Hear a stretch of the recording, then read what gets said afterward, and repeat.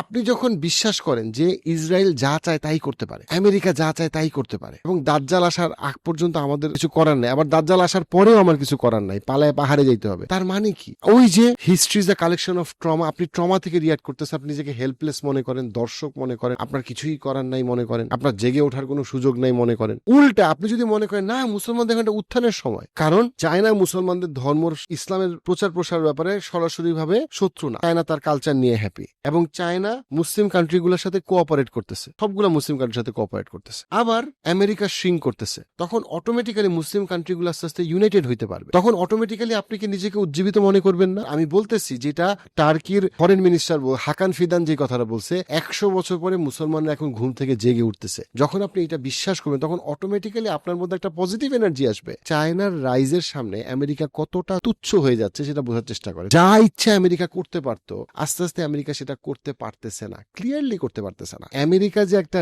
Declining empire, এই কথা আমেরিকার পলিটিশিয়ান, আমেরিকার হিস্টোরিয়ান, আমেরিকার অর্থনীতিবিদদের মধ্যে অন্তত 10 জন বারবার বলে দিতেছে। The United States, an empire in decline. We were in the late stages of empire.